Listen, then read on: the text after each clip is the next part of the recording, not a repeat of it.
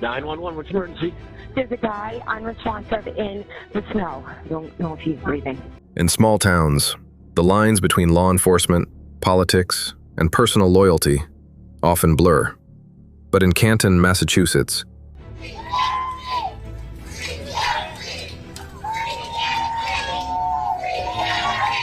those blurred lines would ignite one of the most divisive criminal cases in recent memory.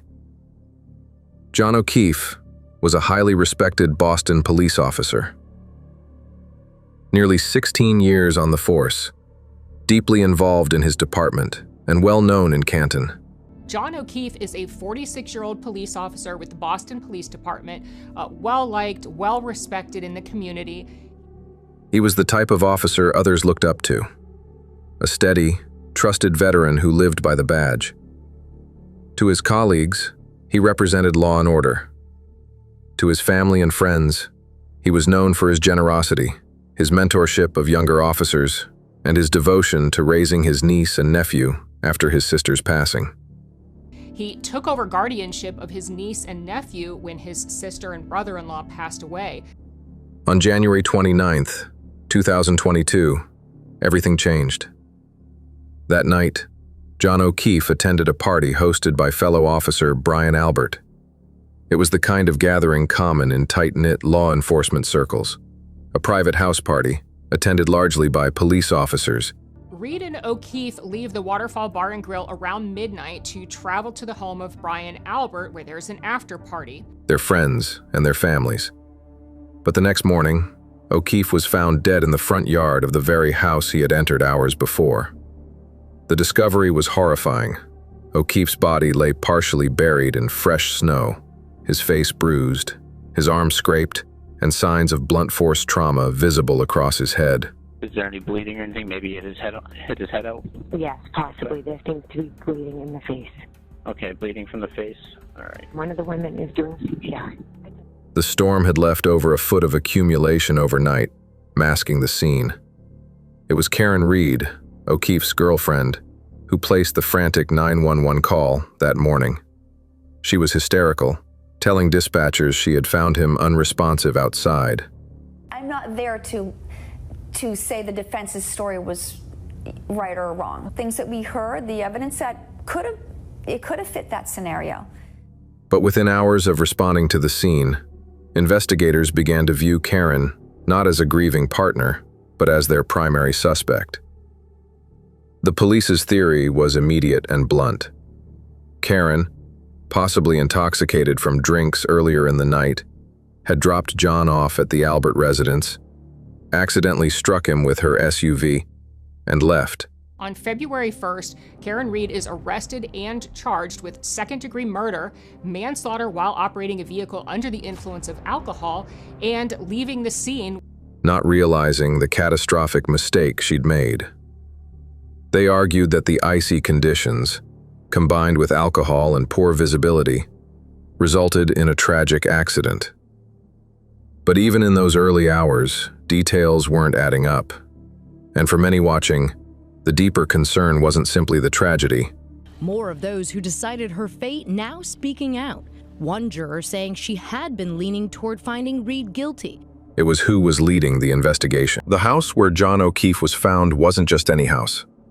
It belonged to fellow officer Brian Albert. Several other off-duty officers and their families had been inside that night. Nearly everyone involved had long-standing ties to law enforcement. I think John O'Keefe went inside the house and something happening there. And almost immediately, questions arose about potential conflicts of interest. Karen's defense team argued that O'Keefe may never have left the house alive. They suggested he could have been assaulted inside during some type of altercation. If Karen has in fact hit John or struck him with her vehicle, these are blizzard-like conditions out. Was this intentional or could it be an accident? With his body later dragged outside and staged to look like an accident. They pointed to his injuries, including facial cuts and wounds inconsistent with a vehicle impact, as evidence of something far more sinister than the prosecution's narrative. As far as the injuries, Mr. O'Keefe's right arm and right forearm, they've always and consistently been described as abrasions caused by blunt force trauma. Surveillance footage that might have clarified events was either unavailable or mysteriously missing. Several nearby home cameras failed to capture crucial moments, and certain cell phones belonging to individuals inside the Albert residence that night were later found to have been wiped or reset. Digital evidence that could have provided a minute-by-minute reconstruction of the timeline instead created more questions. I don't know what will become of our lives. I don't think we'll ever go back to where we were prior to January 29th, 2022. Supporters of Karen Read believe this missing evidence is no coincidence. As details emerged, the case drew national attention. Media outlets from across the country descended on Canton. Laura, what about Karen Read herself? Any indication? Like, I guess she was a teacher, did some financial work as well. Protesters lined the streets.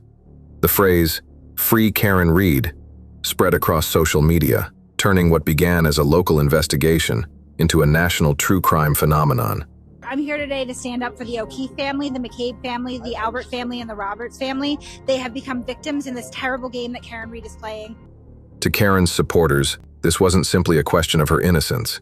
It was an indictment of systemic law enforcement corruption. They argued that a close network of police officers, prosecutors, and investigators closed ranks to protect one of their own and scapegoat Karen to shield the true events of that night. It's very similar to the game of Clue. We have all these pieces and all of the players, but we're not yet sure who did what. The prosecution, however, maintained their position. Karen struck John while reversing her Lexus SUV and failed to realize it. They cited her own words from that night, asking repeatedly, "Did I hit him?" and appearing overwhelmed with guilt. Did you hear my client repeating the phrase, "I hit him, I hit him, I hit him, I hit him"? No, I didn't hear that part. If you had heard that statement, you likely would have written it down, wouldn't you? Yes. They emphasized her alcohol consumption and erratic behavior as evidence of impaired judgment. But defense attorneys argued those were the words of someone in emotional shock, a woman discovering her partner dead and panicking in real time. What remained lacking was hard forensic evidence directly proving Karen's Lexus caused John's fatal injuries. The defense team presented their own experts. One theory is that Karen Read struck John O'Keefe with her Lexus SUV at the home of Brian Albert and then fled, leaving John O'Keefe in the snow. Who challenged the prosecution's timeline and science. They argued that the broken taillight on Karen's SUV could have been damaged long before that night, and no biological material linked O'Keefe to the vehicle. Plastic pieces that could have ripped his arm, and also the dent with the scratches above it is consistent with. Instead, they pointed back toward the scene inside the house, what happened before Karen even arrived that evening. Adding fuel to the fire were the social dynamics involved. In small law enforcement communities, relationships between officers, prosecutors, judges, and town officials often overlap in ways that blur professional boundaries. You knew at that time, Trooper Proctor, that this was not going to implicate in any way, shape, form, or fashion another cop, correct? Correct. Friendships, family ties, and unwritten codes of silence can compromise investigations long before formal proceedings even begin. The phrase, "institutional protection," began appearing across headlines and social media feeds. Advocates for Karen painted a chilling picture. If no one has fought harder for justice for John O'Keefe than I have, and my team. If an off-duty officer or someone inside that house was responsible for John's death, would the system ever be willing to fully investigate itself? Would those tasked with gathering evidence, interviewing witnesses, and presenting charges? Did I hit him? Could I have hit him? Plus, they had confiscated her car, and she had a broken taillight, and there were pieces of taillight found on the ground near John's body. Truly pursue every lead if it implicated their own colleagues and friends.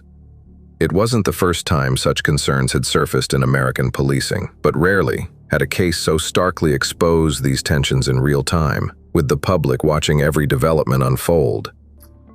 Her car never struck John O'Keefe. She did not cause his death.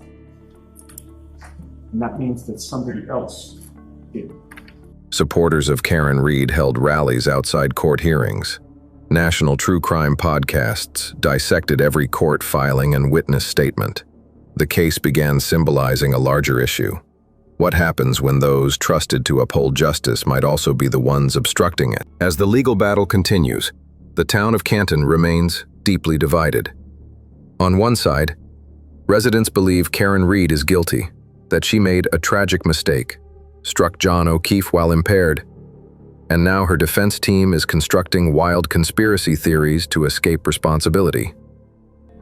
Karen Reed was framed for a murder she did not commit. On the other side, growing numbers believe Karen is the target of a powerful cover-up protecting those inside the house that night. The stakes in this case extend far beyond one woman's fate. They speak to the public's growing demand for transparency and accountability in law enforcement, especially when officers investigate one of their own. They highlight how vulnerable any investigation becomes when personal relationships blur into official duty. For John O'Keefe's grieving family, the loss remains immeasurable. For Karen Reed, the fight is not only for her freedom, but for the truth she insists has been buried beneath layers of loyalty and silence. And for the public, the Karen Reed case stands as yet another chilling reminder of how quickly the search for justice can become clouded. Free Karen Reed! Karen Reed said she hit John O'Keefe, and I believe her. I believe her. I believe Karen. When power, protection, and politics collide. This is Vaulted Crimes. Real stories, real consequences.